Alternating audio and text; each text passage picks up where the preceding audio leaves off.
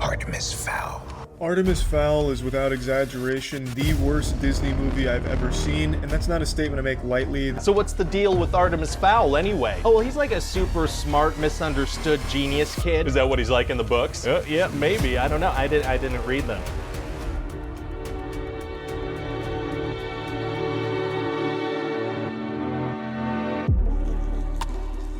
Words about books, Ben. Oh, it's words about books, Nate. I take it you're in imminent danger of being struck by a tornado, and that's why you wanted to go early? Yes. Or who knows? It's a watch right now, which is different than a warning. They should just call it code yellow, code red. We get those from time to time. A watch means it's possible. A warning means it's sighted, right? Yeah. Yeah. But what annoys me is sometimes they do a warning when there's a funnel cloud, but nothing is touched down on the ground yet. To be fair, yeah, I think that's a good call. Yeah, but they do it for like the entire county. So if it's like south 10 really? miles. We do it by the township here. Yeah, we do it by the county, usually. But I was actually reading some philosophy before I started this, and I think I underlined something that I kind of chuckled at. Let me see if I can find it. Yeah. The only sure means to secure one's freedom is to be happy to die. They can't force you to do anything if you're just going to kill yourself. So speaking of people being forced into uncomfortable situations, we're talking about Artemis Fowl. Patreon picked book. Patreon picked book. Part of the Nate's unintentional children's book arc. The swear jar rule is still in effect. If one of us curses, then the patrons will get to select from a list of authors that host hates, and that host will have to read and cover a short story by that author. One for each swear. I think we decided not counting Jacob Lansky's shout out. Yeah. Because that's a contractual obligation. It's a contractual obligation. So who wrote Artemis Fowl, Nate? You're going to be really mad when you find out how this is pronounced. I'm already mad. That's probably one syllable. Am I right? Is it one syllable? Okay. Kind of a diphthong, but not really. What's that? A diphthong is when you go from like one vowel to the other, like oi. Is it just like Eoin then? You're very close. Owen. No, it's not. Yeah. His name is Eoin Colfer. It's Owen, but one syllable instead of two syllables for Owen. O, the E-O, yo, in. Owen. So it is two syllables, so you lied to me. You led me astray. Well, I thought you... Sorry, I was confused as to what you were asking. The name is two syllables, yeah. O-N, yeah. Eoin Colfer. You still mostly got it. Very Irish, if that wasn't obvious. Yeah, I figured that much. He's a teacher turned children's book author. I don't know a ton about him. I think I remember my sister. Is your job, Ben. I remember my sister reading an Artemis Fowl book when she was a child. I remember seeing the cover, and I never in a million years would have guessed this is what it was. Wasn't ready for that. I knew he was some kind of boy genius or something, but I did not fully understand what I was signing up for here. Did you? Not really. I knew he was... I only knew what he was because I saw people trashing the movie because of what he wasn't in the movie. I didn't even know the movie existed. I just heard a lot of people didn't like it. There was a point I was looking up some stuff about the book, and there was briefly a run where the cover said, "Now a major motion picture from Disney," and that has since been taken off the cover. Wow. You don't usually unadvertise stuff like that. Yeah, so That's pretty bad. it had Josh Gad, who I hate. I know it's custom on Words About Books for me to tell you all the actors I don't like. They had Josh Gad. Oh, Josh Gad. He was the is the snowman in Frozen. He was what's the character's name? LeFou or something in Beauty and the Beast, the live action one. I think he's been in a couple of things. He played the dwarf in this. Oh. He's kind of a harmless, funny, like fat funny guy, but I don't find him very funny. He's gonna be in Frozen 3. He would have to be. He's the snowman. Is he? Oh my god. Yeah, he's Olaf. Well, Dr. Jackson Crawford did the runes for Frozen. he's gonna be in Spaceballs, the new one. Oh no, he's not John Candy's role, is he? Oh no, is he? Because then I'm not watching it. I like Mel Brooks, but I'm not doing that. Oh, he also co-wrote it. I'm out. That was a quick ride. I really can't stand him. I don't like him at all. Editor Ben here. So in the next portion of this episode, I mixed up Colin Farrell and Colin Firth. But thanks to AI technology, the mistake will be covered seamlessly. I just wanted to own it and let you know that every time I said Colin Farrell, it was actually Colin Firth in the recording. But like I said, I've run it through the latest AI technology. We burned down, I think, like an acre of rainforest, but seamless audio fix. It's really amazing what we can do with technology these days. Colin Farrell. Was in it because of course he is, because it's an Irish thing. I actually like Colin Farrell. I just like they really had to stretch to find a role for him in that. I understand he plays Artemis Fowl the First, who is not in the book. He's not even in the book. Yeah. It's the only role Colin Farrell would even remotely fit in. So yeah, that's all I really know about that. I haven't seen the movie. I will not see the movie. Came out in 2020. A good year for everyone. It was a good all year. Around. It was a good year, and it has been. You know what? It was of the last 10 years. top 5. I was going to say 50-50. You know, I would say half were probably better and half were probably worse. Yeah. So, Nate, what are we doing here? We're talking about Artemis Fowl, Ben. Who is Artemis Fowl? Artemis Fowl II is a 12-year-old boy genius. Artemis Fowl I is an evil criminal businessman mastermind who got in trouble with ex-Soviet mobsters and disappeared while trying to break into a market over there.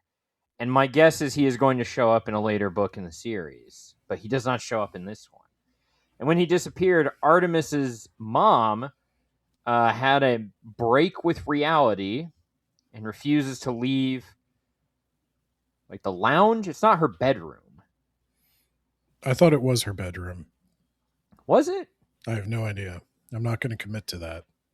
Okay. I thought it was like an upstairs like study, and then he just like moved her bed into it because she wouldn't leave.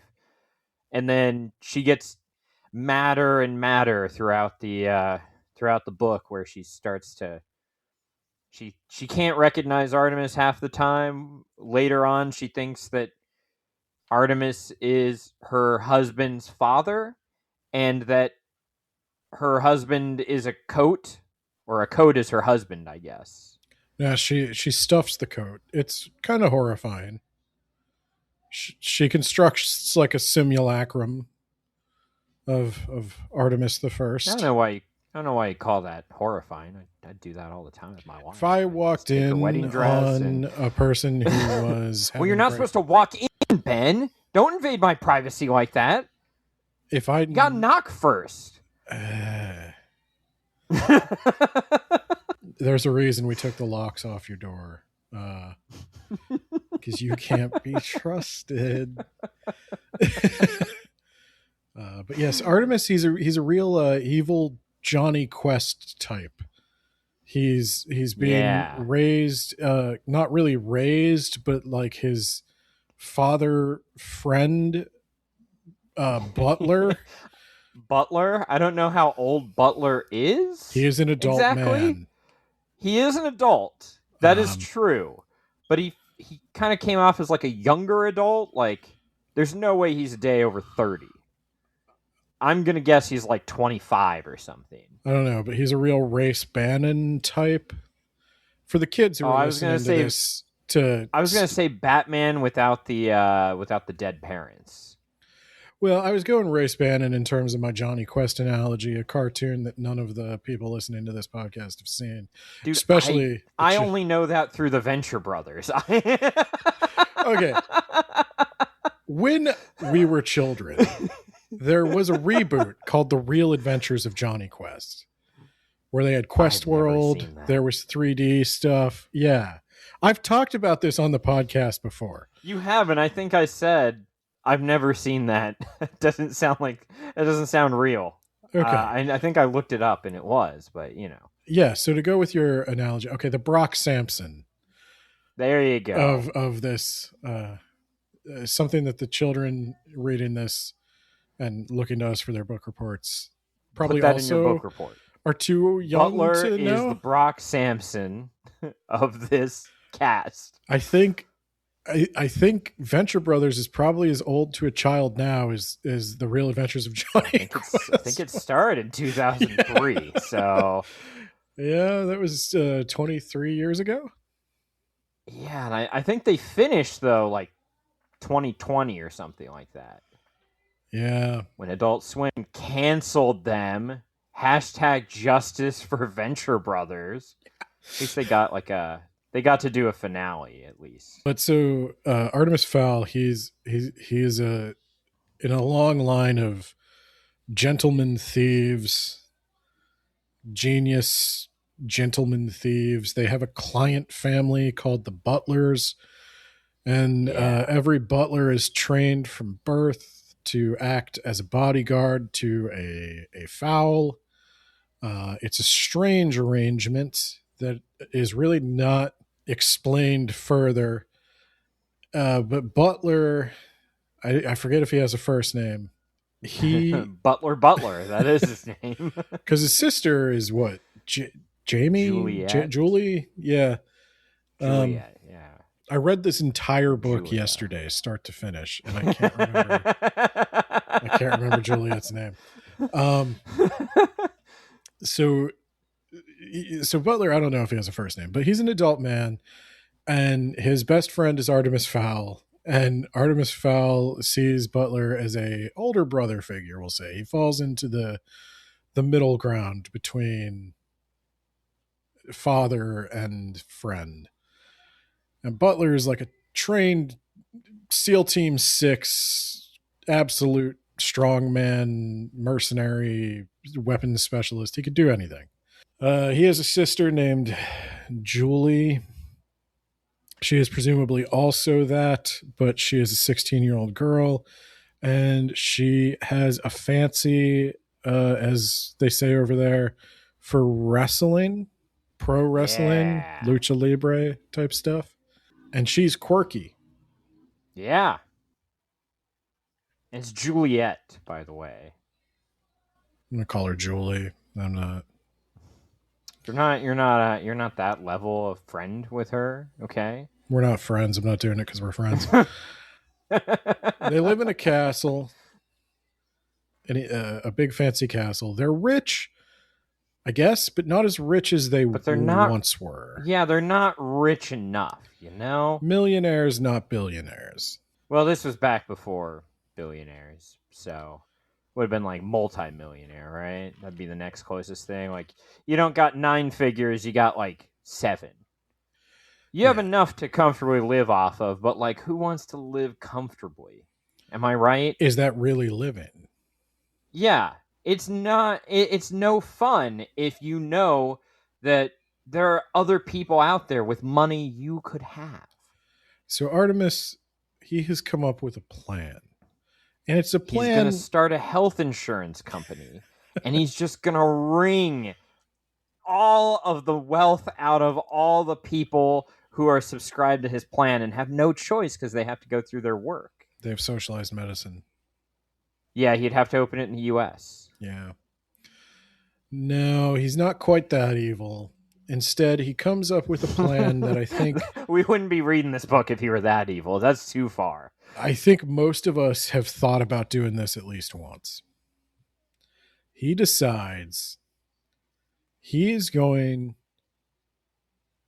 to kidnap a leprechaun and hold her for ransom to the tune of like a ton of gold, a literal ton of gold. Yeah, I think it is about that much, yeah. And now you might be thinking about leprechauns like the Lucky Charm guys. No, that's not what a leprechaun is. No. What a leprechaun, they're actually an elite police unit in the fairy criminal justice apparatus. So there's an entire fairy world beneath our feet. All the fairies live underground. And the center of the earth, yeah. Near the center of the earth, where it's still warm. That's my favorite line from The Matrix. Near the Earth's core, where it's still warm. You wouldn't even get close to the Earth's core. That's a nitpick, but I enjoy that. So the fairies, they live deep underground because they want to hide from us. We have outcompeted them. It is the age of man. They are fading. Age of man. Those that did not make it back to the true West are forced to fade and diminish into a rustic folk of hill and dell. And they have done that. Got him. They are now 3 feet tall. We did it. They've lost. We got him.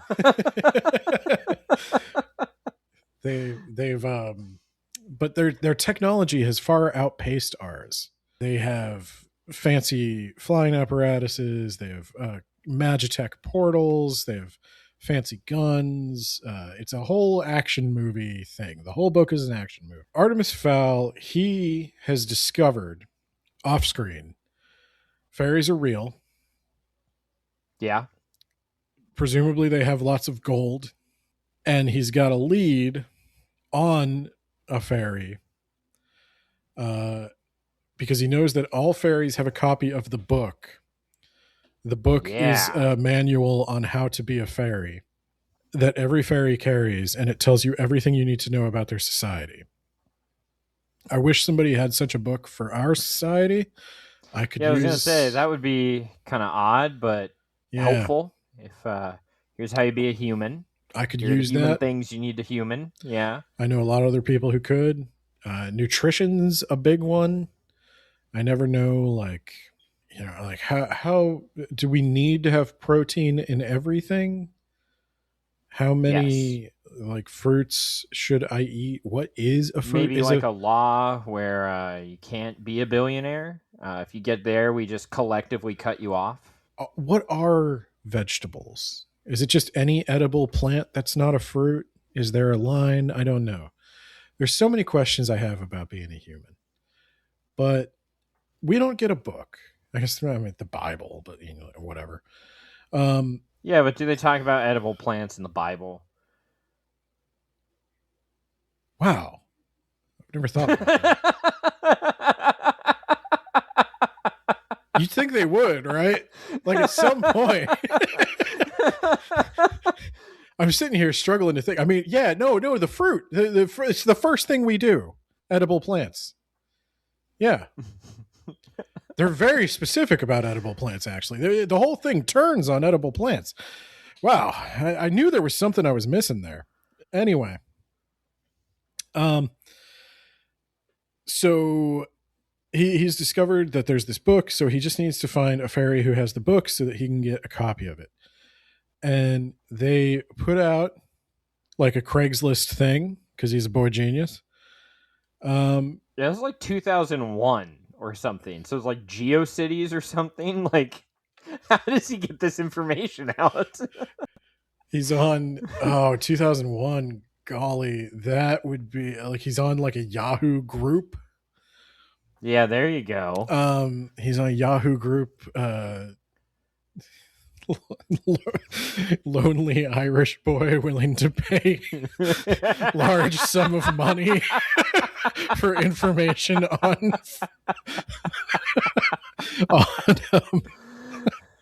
on fairies. The first several responses were not what he was looking for, but eventually somebody does tell him that in Ho Chi Minh City there is a drunk fairy healer. This fairy has apparently drank spirits with humans and has been exiled from the fairy society. One of their many rules that you could read more about in their book.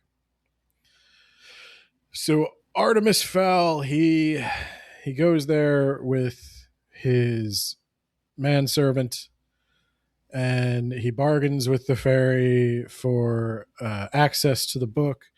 The fairy says, you can't take the book with you, but I'll let you look at it. It's not going to do you any good. It's written in Gnomish, a 26-character alphabet that directly correlates to your own. It's uncrackable.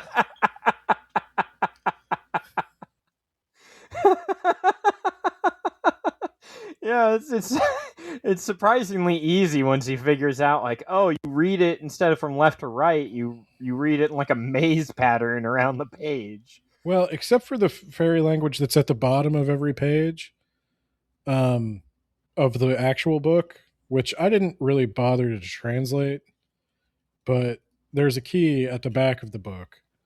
And if you wanted to translate the text at the bottom, you could. I guess that would be fun for kids. Maybe if this is the first time you've ever encountered something like that. I kind of had that problem with This Book is Secret too. Is like, there's even code for commas and periods. I didn't even realize that. I think I just figured that out. But anyway, so he gets access to the book. He immediately takes a bunch of pictures of it and gets every page pictured. He uploads that to the servers on his luxurious castle compound because, as mentioned before, he is broke.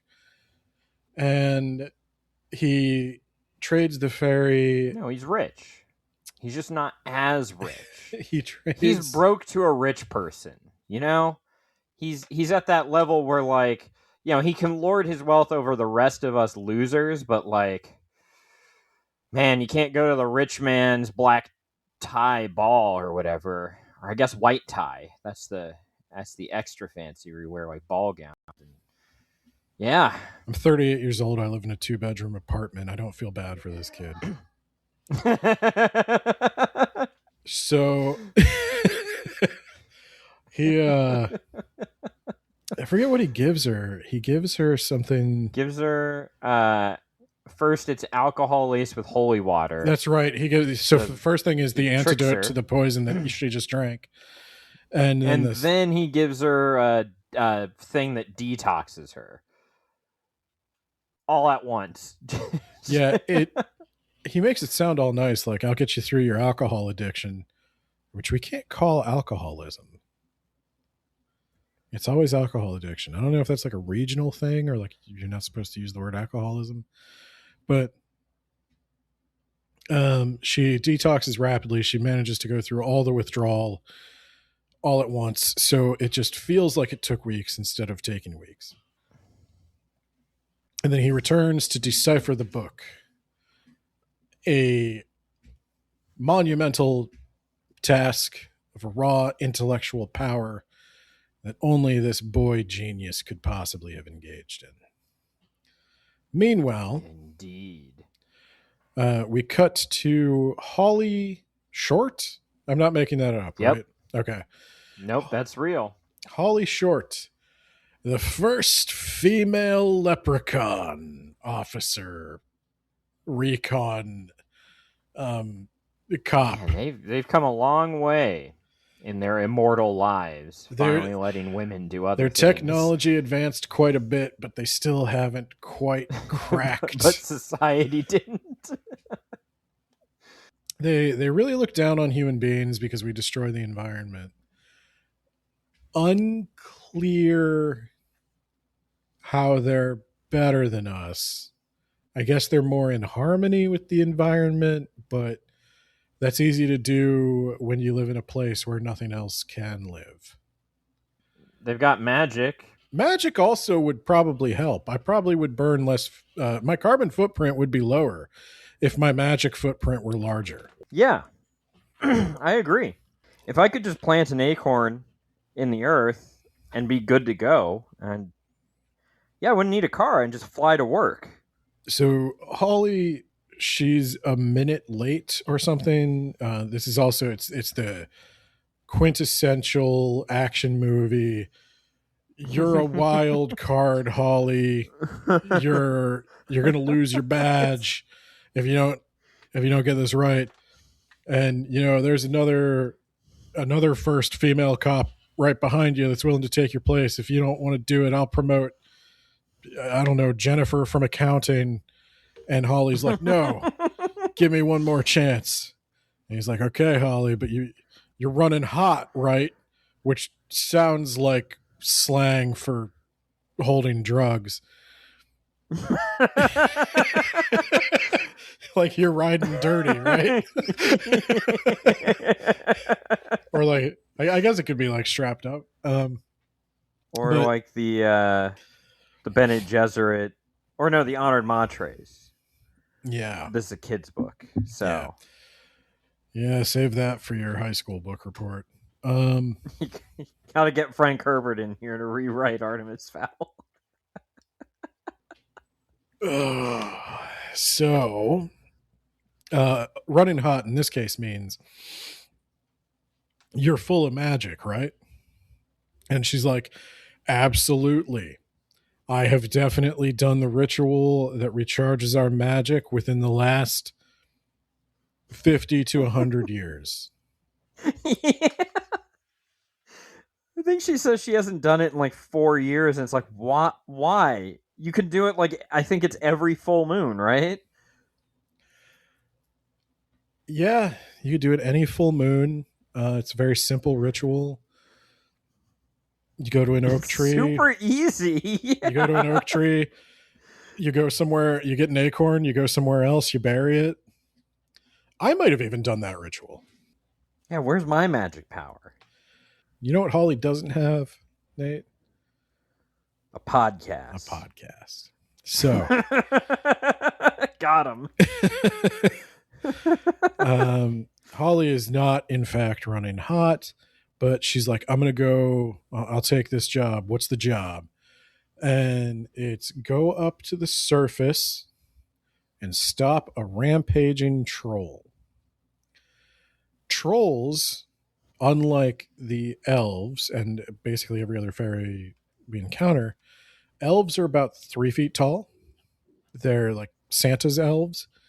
And the troll is 16 feet tall. Yeah. It has poisonous tusks. Doesn't seem to have any like intellect. It's just like a beast. Doesn't need it.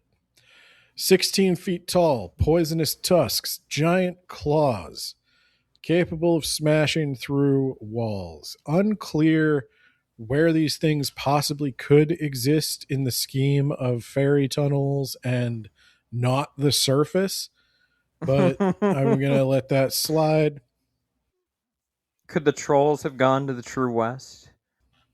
No. Yeah, I didn't think so. No, they are the soulless spawn of Morgoth, made in mockery of the Ents. Yeah. But we get a good look at Holly's technology as she hunts down this troll, and this is where my criticism of the book sort of starts, in that there's a lot of explaining of people doing things like moving from here to there that I hate. And I've talked about this in other books. I don't. An action movie is like the Fast and the Furious movies are fun to watch. The Fast and the Furious movies would be less fun if instead of watching them, you had to have a guy who just recently saw it describe it to you.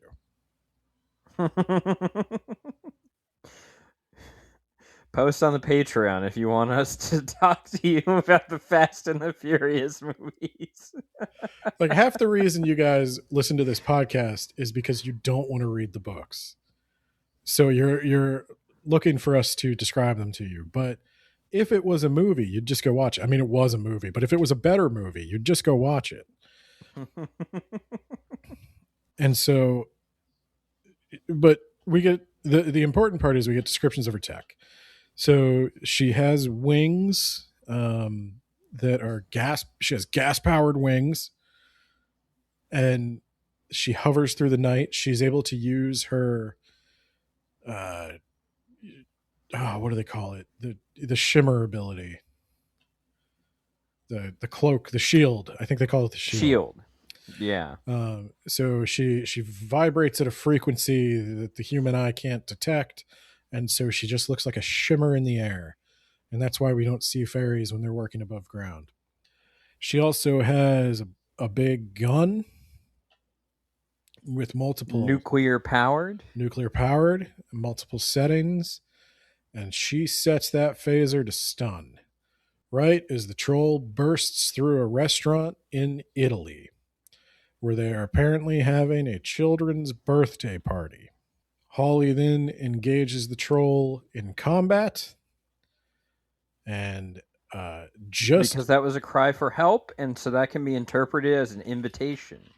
They need to be you invited. have to have an invitation, like you're a vampire. They need to be invited into your home, and then once they're in your home, they can only do what you want them to do. Yeah. We'll come back. We'll come back. But you can interpret that in all kinds of ways. We'll come back to this. And so, anyway, Holly fights the troll. Holly stops the troll. There's a bunch of witnesses, so they have to do some Men in Black stuff. The fairy squad comes up. Holly throws off a gun or a bomb or something that knocks everybody out.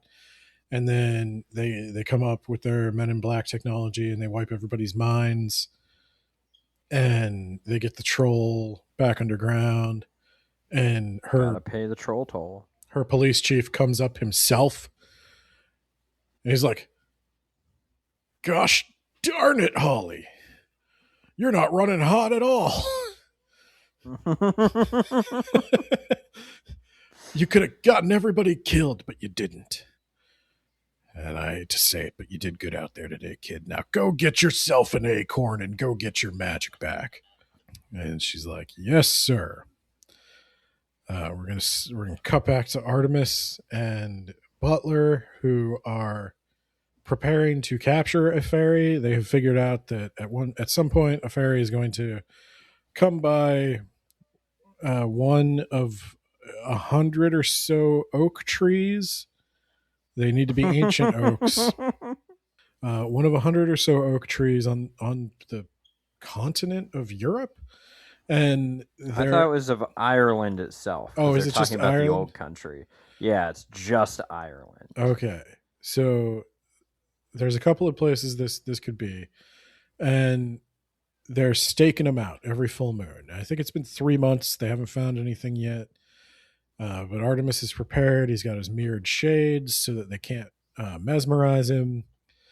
And somewhat more intuitively, I guess, Butler has a big elephant rifle. Yeah. And he's going to shoot the fairy with. But it's okay because it's with a tranquilizer dart. They don't quite know the dosage for a fairy. It might kill her, but like there'll probably be another one in a couple months. We can try again. What's the worst that could happen? We're going to talk about if you think about it too much, Artemis is not as charming as I think he's supposed to be. He's given his evil villain speech to the fairy. Which time? Well, the first one. And then he'll give another one when she's in his padded cell. Yeah. So Holly shows up. They shoot at her. She ducks it accidentally. And then they wind up just physically fighting her, I guess. I forget the details. But they do manage to knock her out. And they tranquilize her. And they take her back to the Fowl compound. Neither of them was expecting a lady fairy. Butler does eventually start to have an understandable crisis of conscience surrounding the Holly thing, where they're both like, "Oh, I didn't know we were going to be beating up a 3 foot tall woman. That's not a great look, even for a villain." But well, that's why you're doing it. I'll be the Bond villain. You be the street level thug. Yeah. He's like, "Don't worry, we're going to get paid enough gold that nobody's going to interrogate this further." And so they take her back, and it takes them a minute to realize she's been kidnapped. Artemis takes her tracker off. This is another one of those extended. He takes the tracker off. He goes down to the docks. And he's like, "Hey, is so-and-so still at the dock?"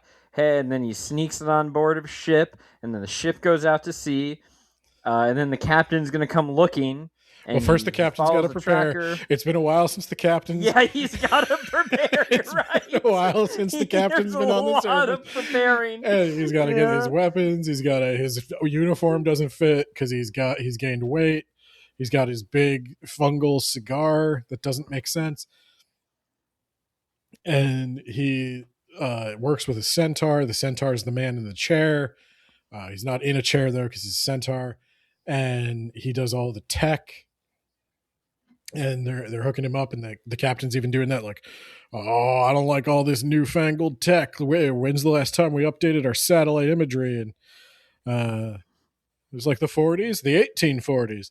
It's like, "Oh wait, let me get you a new image," and then they get him a new image, and then you see what I mean. Like, you see what I mean about the from here to there stuff? Oh, yeah. See, I guess that was easier to pay attention to when I was just lifting weights. Were you paying attention when you were lifting weights? I guess that's my question. You're right. I kind of zoned out, and I instead lifted those weights. Yeah. And you get that dopamine rush when you're done, so it's like, oh, I feel pretty good. So, you know. I associate this feeling with the book I read. Yeah, there you go. I read the book all at once. Because I delayed starting. You had a deadline. They take these shuttles to the surface. It's a bumpy ride. Then he gets to a shuttle port where he has to take another shuttle or an elevator or something, and then everybody has to evacuate the shuttle port. And I'm like, I really hope he gets up there at some point. And then at some point he does get up there, and then he's got to fly around Dublin, and then he's got to fly over the ocean because they put the thing on a whaling ship. It's important that it's a whaling ship because humans are disgusting. And yeah, I can't believe they get their energy from a whale.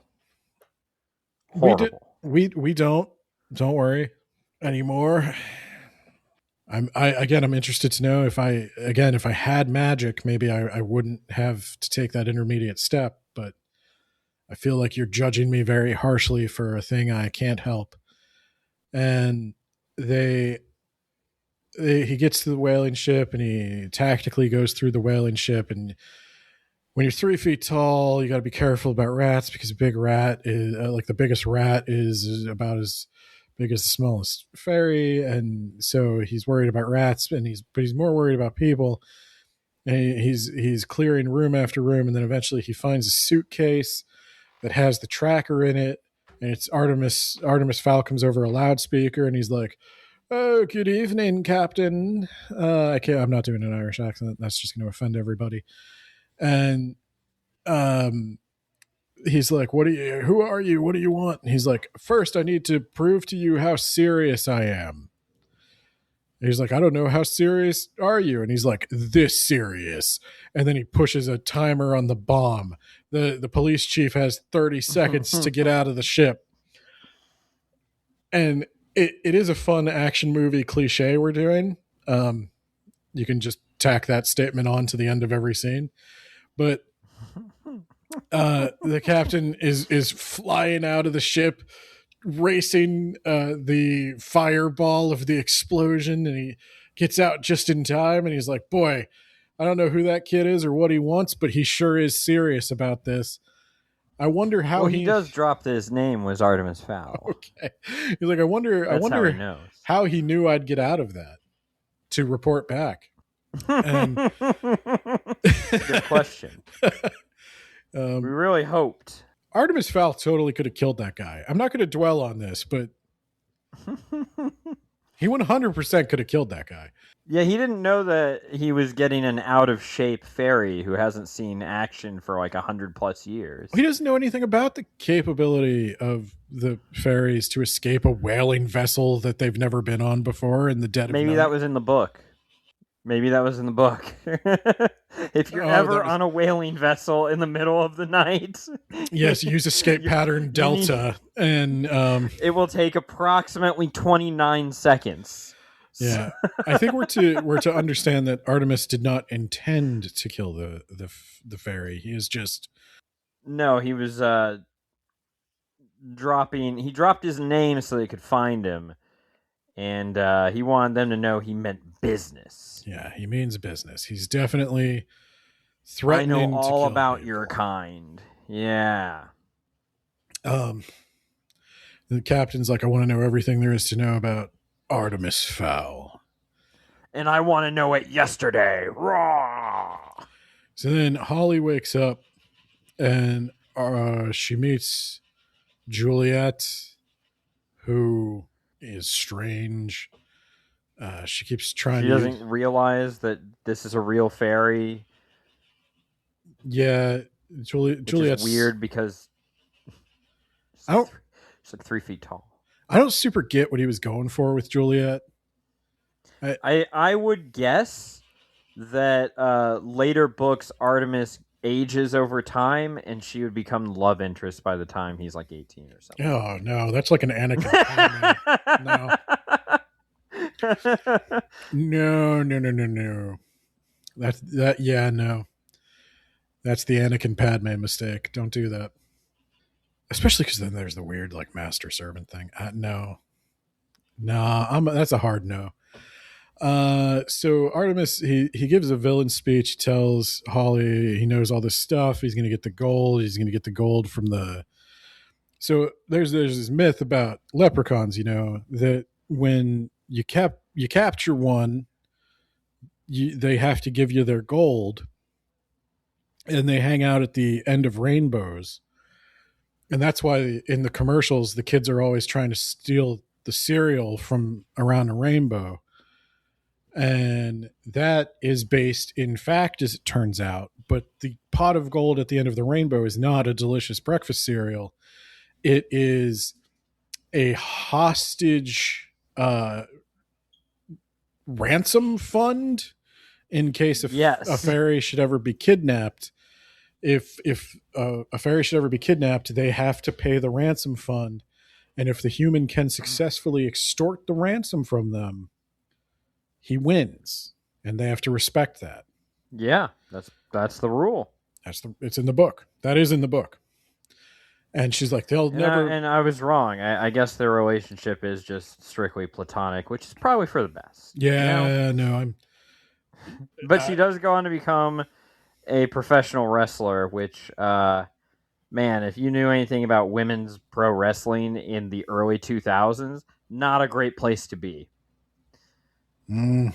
Well, presumably she doesn't do it in America. No, it says she goes to America. Oh, that's unfortunate.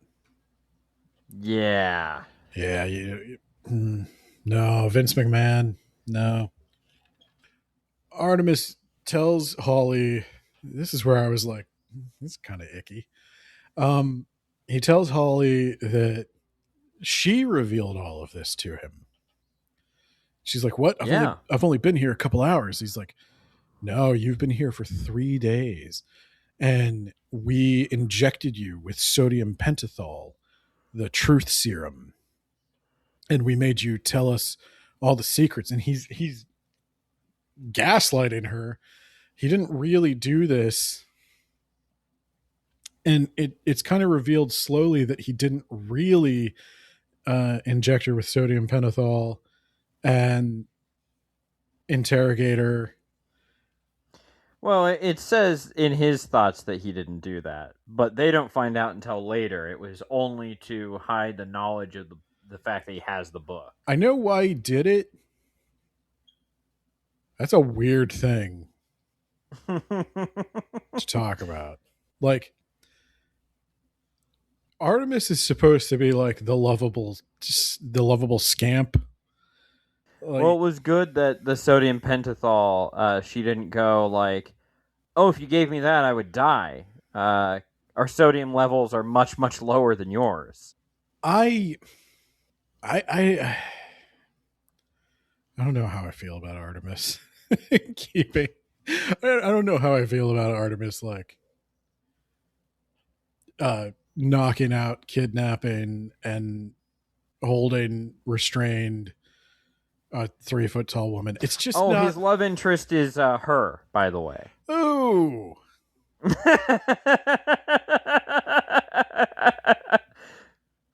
Oh, there's a lot that's wrong with that. Like,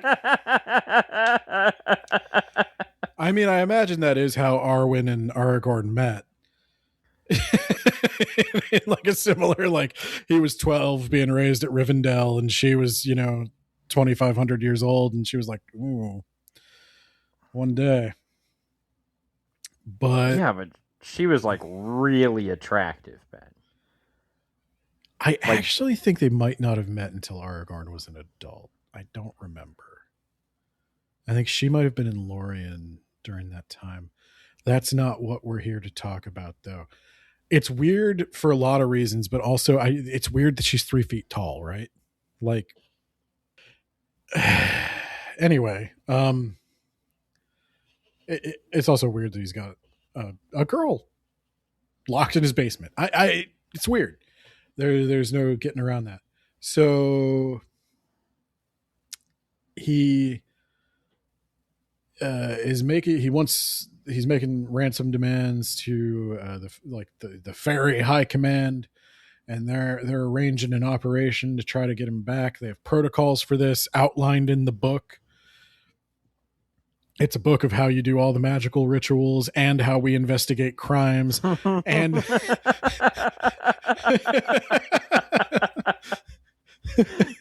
and a couple of like notable Supreme Fairy Court cases that you might need to know. This is just anything that goes on there. So the chief decides he's going up to handle the negotiations himself. He's going to meet with this kid. Well, first they send in the SWAT team, and Butler beats them all. Oh, up. that's right. They send in a SWAT team.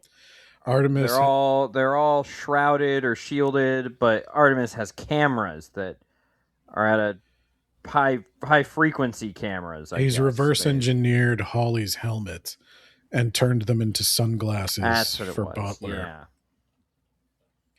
And so Butler can see them. He walks into the middle of them and he beats them up.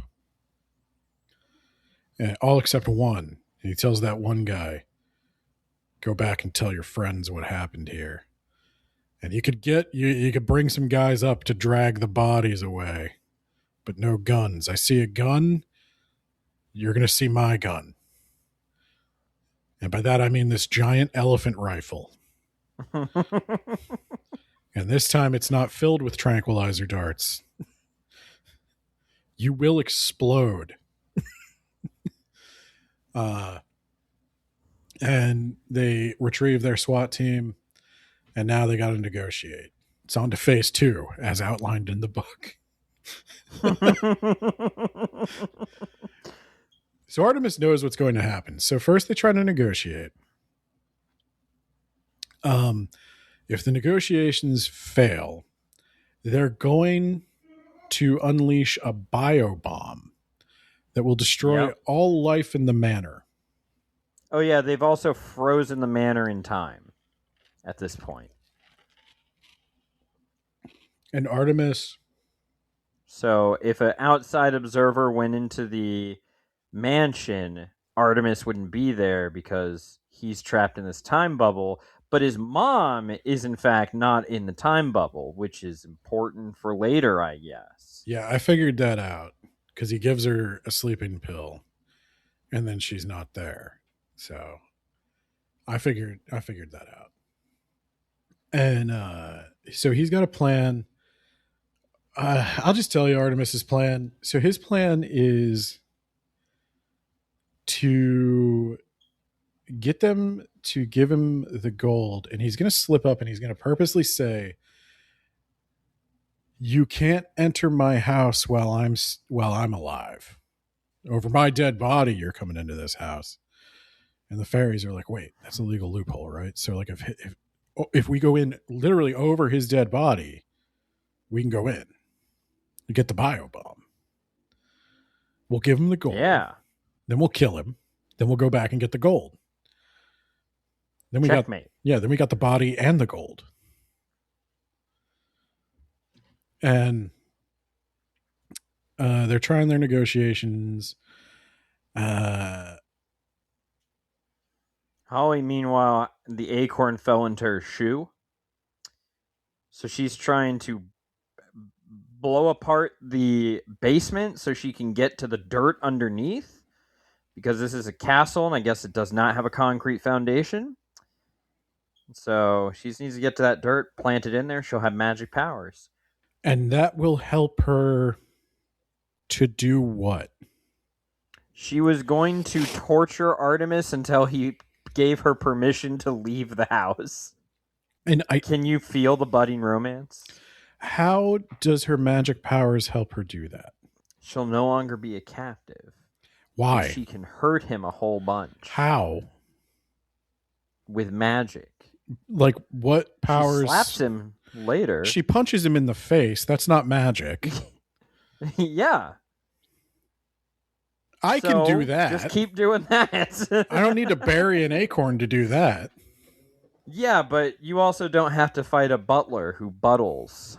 Well, I guess this is where I'm going, Nate, is an entire SWAT team of fully magicked guys couldn't... Yeah, but they didn't use their magic, Ben. They were using their guns. Guns. Yeah. And their stun batons. Because presumably that's better than their magic. So here's the thing, Nate. I'm aware of 3 magical powers that Holly has. The mesmerism, which is so easy, it can be done without much magic at all. Healing, and the shield. Yeah. Is there anything else Goblins she can do? throw fireballs. Maybe she can do that. I No, don't know. it's explicitly stated that only goblins can throw fireballs. Because the dwarf has an inner monologue where he's like, tree. of dwarves hate fire, and of all the people for dwarves to pick a fight with, it's the one group of people that can throw fireballs. Well, while she's doing that, we do have to talk about that dwarf, Ben. Yes. Because the captain is like, all right, you know what? It's time we play outside of the rules. Because if they go inside that house without permission, they'll lose their magic. So how about we use a convict who already lost his magic because he likes to break and enter into houses. So get this dwarf.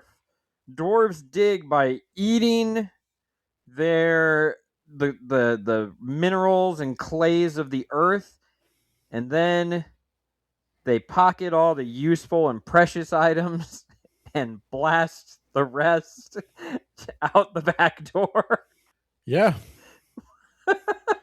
Very loud and potent, enough to knock a butler across the room who was trying to sneak up on you to do a stealth takedown. Yeah, it's very funny I don't mean to insult him if he's not British, but it is a very British humor kind of thing. Well, he's Irish, and I think he would have a problem with you. Well, but I don't know if he's from the calling part him of British. Ireland that is part of Britain. Like, there are Irish people who are British. There are also Irish people who are He not is from British. Wexford, Ireland. Doesn't help me. Where is Wexford, Ireland? The sunny southeast corner of the Republic of Ireland. So he is not British. He is not British. Okay. Yeah, you don't want to call them British. They don't like that. No. But at Hey. least people recognize an Irish person because, like, people keep saying, like, Welsh is a thing, and I just don't see it. I don't know what that is. There's England, there's Scotland, there's Ireland, and then there's North Ireland, right? And then the Isle of Man. You know what the Welsh get in exchange for your scorn? The coolest The longest flag. names. The coolest Oh. flag of any nation on this earth. They're the only ones one that with the have a dragon. right? Yeah. Yeah, that's pretty cool. So the dwarf, they're going to send him in. They're going to have him dig under the house. And I don't really know what the plan is. Why don't you describe? Yeah. Why don't you I describe don't know what what happened the with plan dwarf? was either. They loop the cameras, and then he finds the book. So they're like, "Oh my goodness, he has the book. No wonder he knew all of our secrets. We wrote down all of our plans in there. I'm not sure why we keep doing that, but we keep writing down our playbook for hostage negotiations in the book that all fairies have." And then the butler realizes that he is intruding, but he gets blasted away by a massive fart plume, an explosion out of his rectum. Isn't the swear challenge fun? So, and then he fakes his own death and digs away. Having accomplished literally nothing. The only Nothing. All the they only got the knowledge of the book, and that was it. And then Holly breaks out around this time, and it's like, what was your plan? I think he was trying to find Holly, but it didn't matter. Did he think she was in a small drawer? Was she in a safe behind a painting? And then a secret safe inside of that safe? Yeah. I didn't. You could cut the entire dwarf sequence. Now, I assume the dwarf sequence is there. Because it's funny. It's not really my kind of humor, but it's funny. And then It is a children's book. And then so. B, because I'm sure this character comes back in other things. What was his name? Like something Diggums or something? Mulch Diggums? Mulch Diggums. Is that? What was the name of that frog? Was it Diggums the frog? Was it? Is that really what it was? Are you talking about the breakfast cereal? Yeah. The sugar Yeah, smacks? Sugar snacks or whatever? Yeah. Oh, Frog name. yeah. Dig'em the Frog. Yeah. Okay. We're doing all the breakfast cereal characters. Yeah. You could have cut the whole dwarf thing. It doesn't add anything. There's also like the little bit about He'll later steal a bunch of gold he steals a bunch from of the gold. police. There's a whole scene where we get in the prison a little police brutality where there's a goblin dwarf race war going on, and and they put them in the same cell. they intentionally put Diggum in the cell with a bunch of goblins specifically so that they will kill him, which is a real thing they do in prisons when they want to kill somebody, but they don't want to get their hands dirty. They'll throw a blood in with the Crips or whatever. But fairies are superior to us, Ben. Maybe not morally, but technologically. Like all of them, like the goblins, the trolls. Yes, apparently. So the goblins are also a product of Morgoth, so I don't know why they were not eliminated, but whatever. But then in comes Lieutenant Police Chief or something. He's like, nothing's working. I know we're best friends and all, but I betrayed you. The council's let me handle this, and that whole stunt you pulled with Mulch, we're going to do the same thing except with a troll. We're going to release a troll in there. When they're screaming for help, we'll send a whole squad in. Do you remember what his name is? Because I do. Oh, no, I do not. Curmudgeon. Curmudgeon? Are you serious? Yes. Oh, man, you should have known better than to be friends with that guy. Yep. It's Commander Root versus Commander Curmudgeon. Also, Commander Curmudgeon's a bit of a misogynist.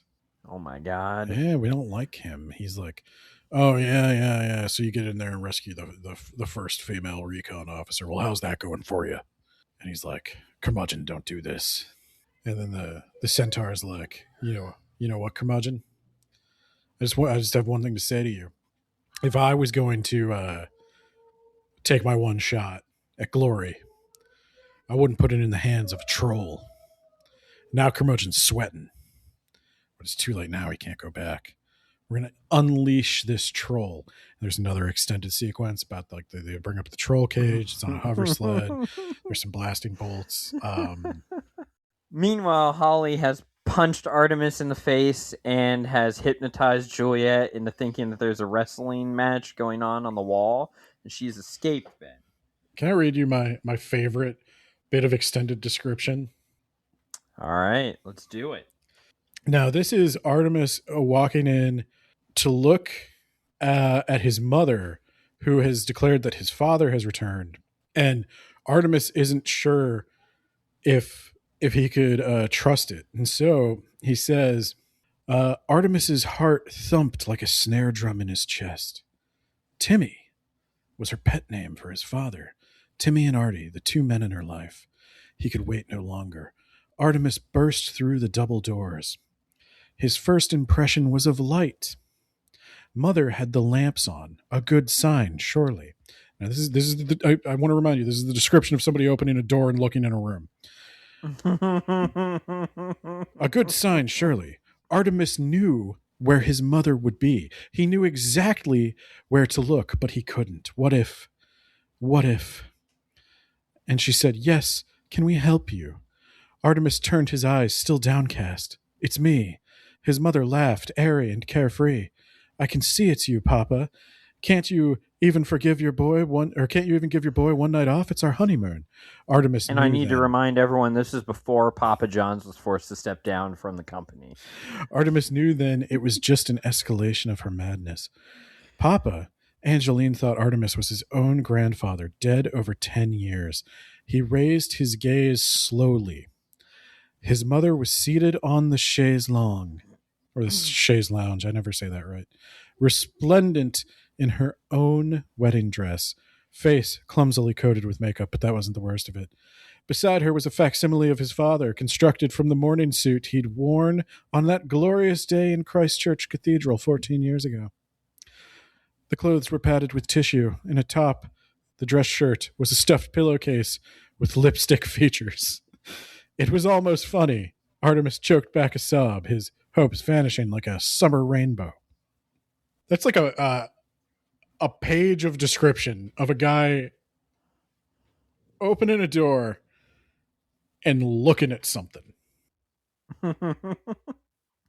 So what you're saying is word choice 5 out of 5.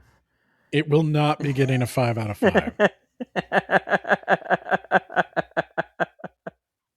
I'm saying I feel like he had a page limit he had to hit. And that's why we get another half-page description of them opening the troll cage as if it were the raptor from Jurassic Park, as if we hadn't already seen the troll. It would have been suspenseful if we didn't know what a troll looked like or what it could do. Well, that was some clever foreshadowing earlier, Ben. So the troll comes in.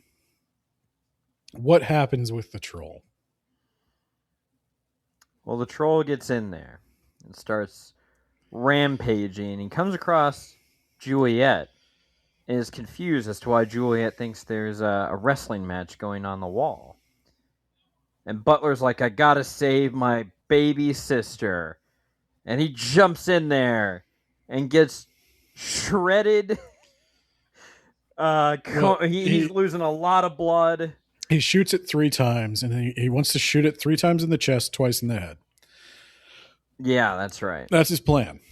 He gets off the three body shots, goes to shoot it in the head, but then he's startled by a tusk ripping into his lung.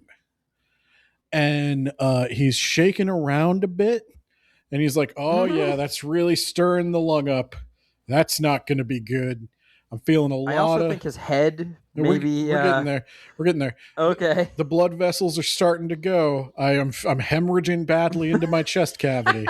And then I see what you're doing. The troll whips him across the room into a wall, shattering his spine. Definitely paralyzed. In case you were wondering, explicitly, I am dying.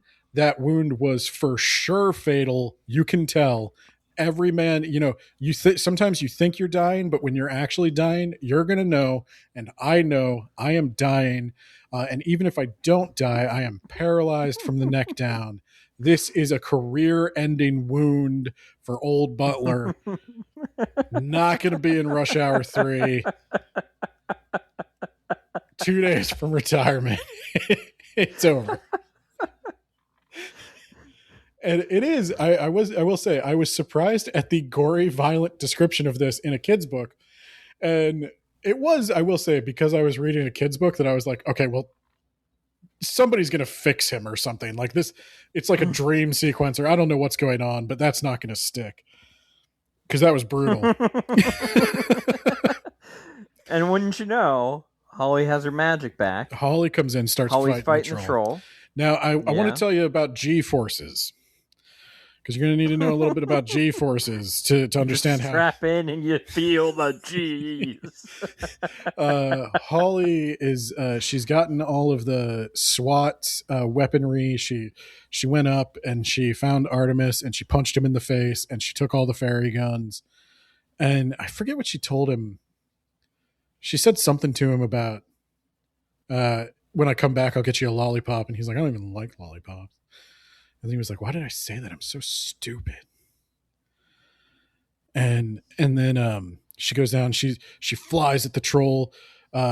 She's smashes into it with the full force of the, I don't know, medium-sized dog weight she has. And but the G-force of her speed as she flew into it is such that it does hurt the troll marginally. It annoys the troll. She would have broken her legs except for the fairy exoskeleton thing she's got going on. They didn't have that before, but they have it now. The troll, he didn't like being kicked in the face, so he takes her leg and breaks it. And then she winds up getting tangled in the troll's back hair. And the troll's whipping her around, leg flopping every which way. And then Holly is thrown into the wall, bones shatter, but she can feel her magic kicking in. And she looks over and finds she's next to Butler, who is not dead, just dying. And she's like, wait, what if and she reaches out her healing hand and touches Butler, and the blue healing light flows into Butler. And Butler is like, oh boy, oh wait, kind of breathing again. The, His head starts being on the right way. Yeah. His neck shifts back, bones are knitting back together. He's like, I don't know what's going on, but I'm actually starting to feel pretty good. He, the magic, shoots him full of blood. He's all healed again. And he's like, it's go time. Round 2. Now, like every European family who lives in a castle, Artemis Fowl has decorative suits of armor, and Butler straps on the decorative armor, which is not decorative, but indeed functional. And he straps on the suit of armor. He gets a mace, which is a flail, I think, because he swings it. He like spins it around. Oh, yeah. Yeah, that'd be a flail. I think they often get that wrong. I think it's a flail. But he's like, I'm going to fight this troll. And so he smacks the troll in the back with a mace.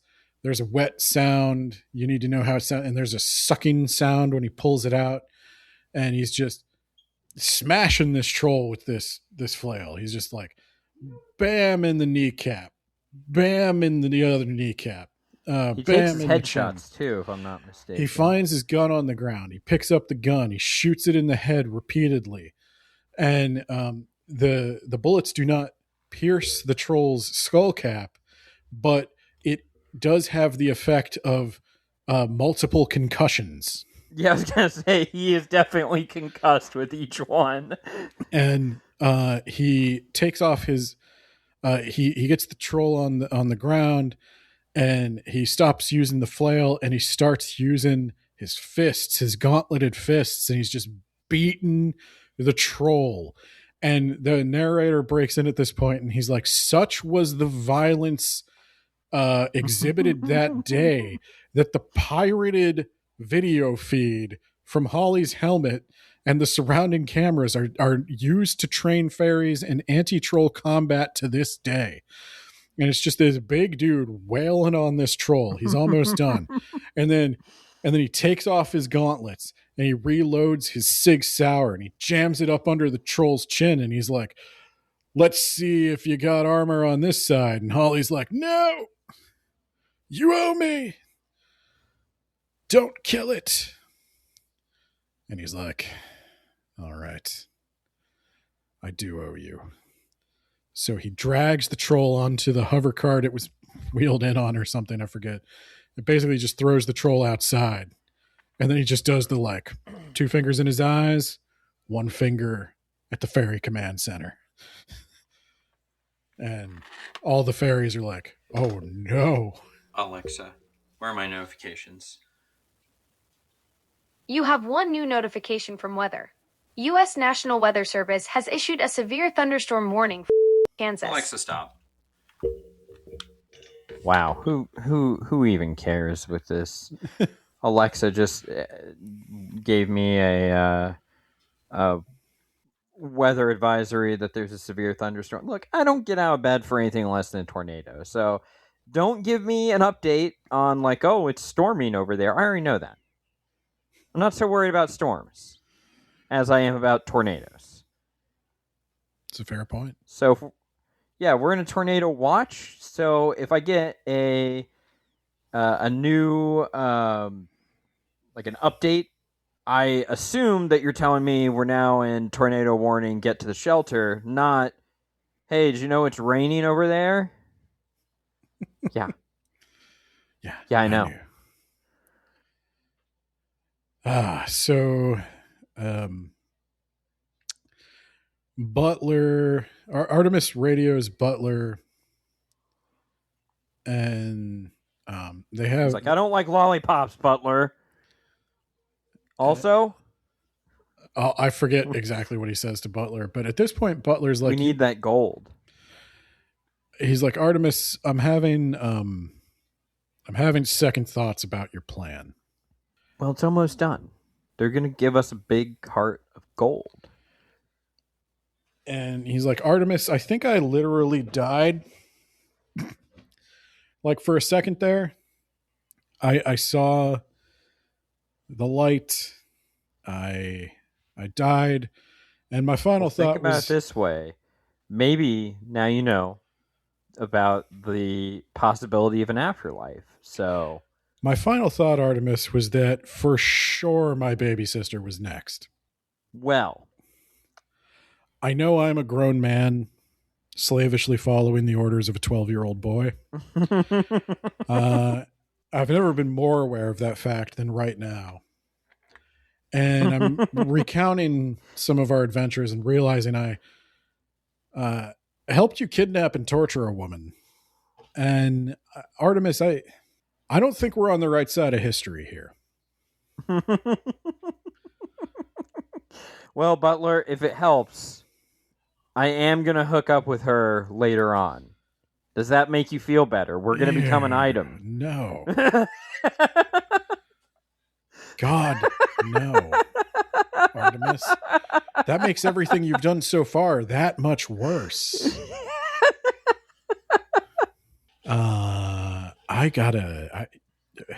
If we survive this, we're renegotiating aspects of my contract.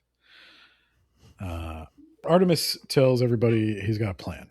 He wants the gold. He can beat the time loop. Fairy time loop, yeah. If he could get out of the time loop, then he won't be there when they detonate the biobomb. Yeah. So he has set the parameter that they can only enter his house over his dead body. So if he survives the biobomb, even though the gold is in the house and it'll be undefended in the time loop, they won't be able to come in. And they have to let him have it. Yeah. If he wins. And they bring up the gold because Commander Curmudgeon has been fired for gross incompetence. And they should offer him a job to be my city manager because they've got some candidates, and 4 of the 5 at least have either been fired from a previous position or have been investigated for potential financial crimes. So that's pretty awesome. Can't wait. Yeah. So the Root's bringing up the gold. He's like, we're going to have to give it to him. But then what we're going to do is we're going to kill him, and then we're going to take the gold back. And Holly's like, I feel very conflicted about this. You know, at first she's like, I like Juliet. She's an innocent in all this. And I'd be kind of sad to see Artemis go. And I was like, why? Because I'm going to hook up with him later. I know he's the charming boy protagonist of the franchise. I already punched him once in the face. But so we're even. Your only experience with him, Holly, is he had his goon drug you and throw you in a cell, and then as far as you know, he's been torturing you for days. Again, under drugs. I don't know why you're sad to see him go. I don't believe you're sad to see him go. Root says you've contracted what the humans call Stockholm Syndrome, and I'm inclined to agree with that assessment. But, you know. Well, it's too late. We're detonating that biobomb. And now it's time. And Artemis is like, we won. Well, first Drink these drinks. First, Artemis says they bring in the gold, and he looks at Holly and he says, "How much to buy a wish?" I lied. There's a fourth spell. She grants wishes. That's a 9th level spell. It is a 9th level spell. So... if you, I don't know if she used her. No, it has to be a wish, right? Because like she doesn't encounter Artemis's mom to physically heal her. So she grants wishes. Apparently she can only grant other people's wishes, though. Otherwise, she would just wish herself free. Okay, so yeah, now I'm going to talk about how... you raise a good point. You know how in his house, she has to follow his rules? You use a coaster. You don't break out. She threatens to hit him. And he's like, I don't want you to hit me. She can't hit him. But when she gets her magic back, she can hit him. That doesn't make sense. Because the whole thing is, if you don't follow the rules, you don't get magic. The rules are the price for having the magic. I don't get that. Did he ever say, I don't want you to hit me? I thought it was like, I don't want you to escape. I think he said, he might have danced around his words. He might not have specifically said, I don't want you to hit me, but he might have said, my plans don't include you hitting me. So yeah, well, then the follow-up question: you have to be specific, or doesn't count. Why wasn't he specific? Boy genius that he is. Why didn't he just say, first thing, Holly? Now that you're in the house, here are the things I want you to do and not do. And by the way, tell me everything you know about the fairy world. In this house, we tell each other everything we know about the fairy world. Why did he need sodium pentothal? I know he didn't do it, but why would he have needed sodium pentothal? It bothered me. Now, well, Ben, that's on you. To make a long story short, how are they going to get out of this? Well, let's everyone drink these drinks. Let's all have champagne. I know I'm underage, but it's Europe. You know? What even is age? That's a question Holly's asking right now. And oh God. They all drink champagne, even though he is 12, which is kind of shocking. Well, it's Europe. As long as you can reach the counter, you can. You can't have guns, but you can have alcohol. So that makes sense, actually. I think guns are probably more dangerous.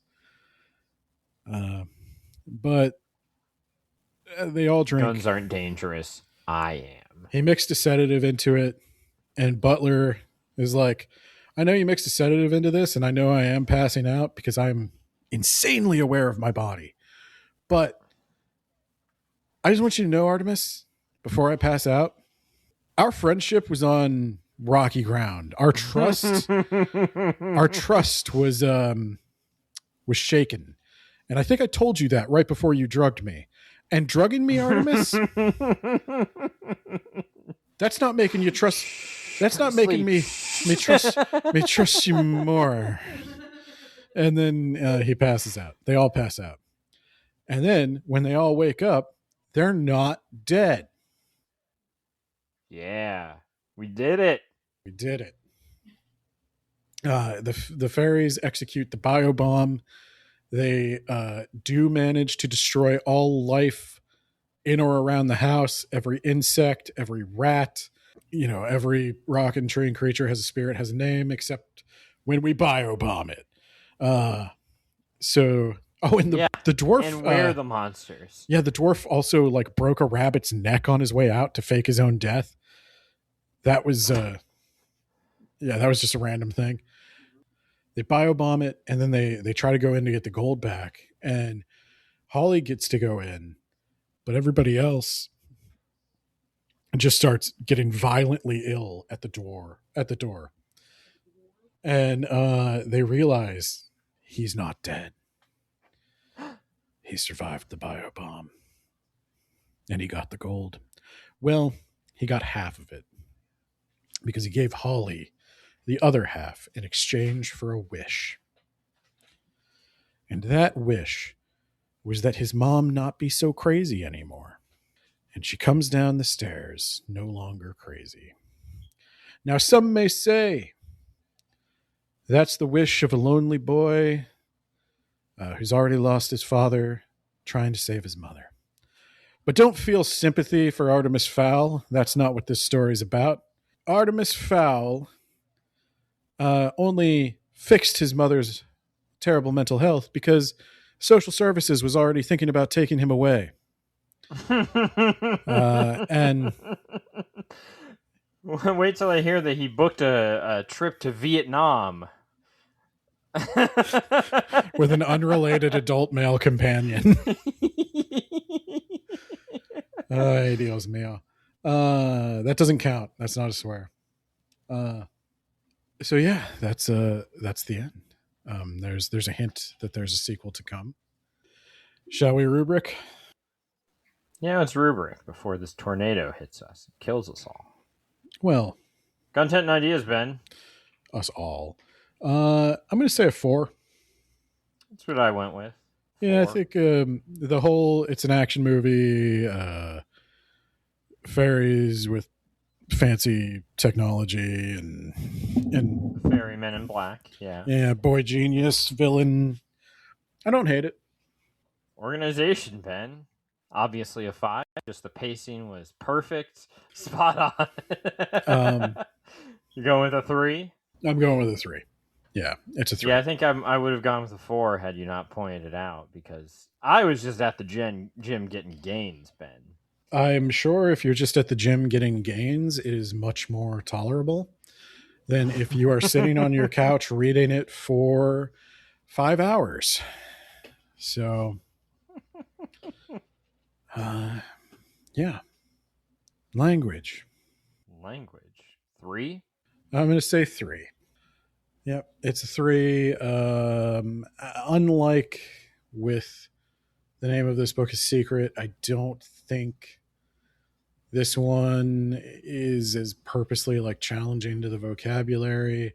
I was impressed with some of the gory descriptions of violence, but I was less impressed with some of the vivid descriptions of walking from room to room. So it all evens out. Personal preference, Ben. 3. Probably go with a 4. Yeah. Yeah, it's a good book. I understand why people like it. It's probably like legit funny if you're in the right age group. I had moments where I smiled. I thought parts of it were pretty good, but yeah, it's not my thing. Recommendation strength, Ben. You go with a 4. I went with a 4. Kids would probably like it. Yeah. Yeah, I think if you're in the age bracket, I think it would be good. I think you could do worse. But I don't think it's going to be points for you. And yeah. Yeah, so that's a 3 out of 5 for me.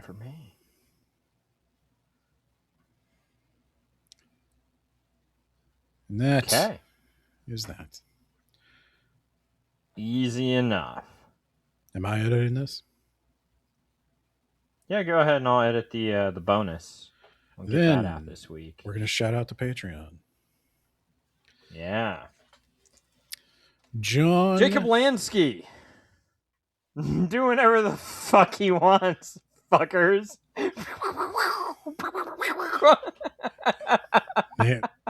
Nate had some pent up cursing he had to get out.